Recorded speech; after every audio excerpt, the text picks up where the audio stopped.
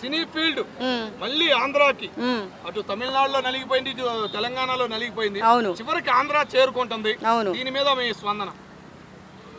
నా కళ నెరవేరబోతుంది అంటున్నా. ఎందుకో తెలుసా, నేను ఎప్పుడు ఒక కళ కనేదాన్ని. ఇక్కడ కాదు, చెన్నైలో కాదు, ఏపీలో స్థిరపడాలి. మన ఫిలిం ఇండస్ట్రీ ఎలా ఉండాలంటే మన ఎన్టీ రామారావు గారు, నాగేశ్వరరావు గారు, కృష్ణ గారు చెప్పుకుంటూ పోతే ప్రతి ఒక్కళ్ళు ఆ గడ్డ మీద పుట్టిన వాళ్ళే.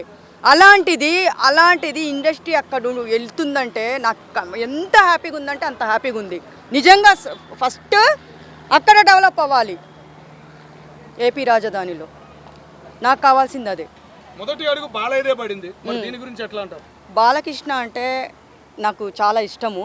మీకు చాలాసార్లు చెప్పాను. ఎందుకు ఇష్టం అని అడుగుతారేమో, ఆ క్వశ్చన్ కూడా నేనే చెప్తున్నాను. బాలకృష్ణ గారికి రాయలసీమ సినిమాలు భలే సెట్ అవుతాయి. ఆ పవర్ఫుల్ డైలాగులు కానీ, ఆ పంచు డైలాగులు కానీ, ఆ కంటి చూపు, ఆ సీరియస్, ఆ యాక్షను, ఆ ఫైటింగ్ చూస్తే మామూలుగా ఉంటుంది కదా. అందుకని బాలకృష్ణ గారితోనే మనకు స్టార్ట్ అయితే ఇంకా బాగుంటుంది. ఎందుకంటే ఎన్టీ రామారావు గారు అంటే నాకు చాలా, వాళ్ళ నాన్నగారు అంటే ఎంతో అభిమానము. అందరు ఇప్పుడు కాలంలో పిల్లలు మహేష్ బాబు ఫ్యాను, అల్లు అర్జున్ ఫ్యాన్ అంటారు. కానీ నేను ఇప్పుడు కూడా ఎన్టీ రామారావు గారు ఫ్యాన్, నేను సావిత్రి గారు ఫ్యాను. అలాంటిది ఈరోజు నిజంగా బాలకృష్ణ గారు మన సినీ ఇండస్ట్రీ మొత్తము అటు డెవలప్, అటు కూడా ఉండాలి. అటు ఉంటేనే మనకు మంచిగా ఉంటుంది. ఎందుకంటే ప్రతి ఒక్క వాళ్ళ నాన్నగారు ప్రతి ఒక్కరిని తీసుకుంటూ పోతే అట్నుంచి వచ్చిన వాళ్ళే. హిట్ మూవీస్ కానీ, ప్రతి ఒక్కటి, రాజకీయం కానీ, సీఎం మన ఎన్టీ రామారావు గారు ఉన్నప్పుడు ఎట్లుండింది, మామూలుగా లేదు కథ. ఇప్పుడుందా అలాగా? అస్సలు లేదు. అలాగా ఎవరైనా సరే ఆ మనిషి మనలో లేనప్పుడు ఆయనను చూసి మనం నేర్చుకోవాలి, ఆ పెద్ద ఆయనను చూసి మనం నేర్చుకోవాలి. ఆస్తులన్నీ ఎక్కడున్నాయంటే మరి చెన్నైలో సెటిల్ అయిన వాళ్ళందరూ మళ్ళీ తర్వాత ఇక్కడికి వచ్చారు.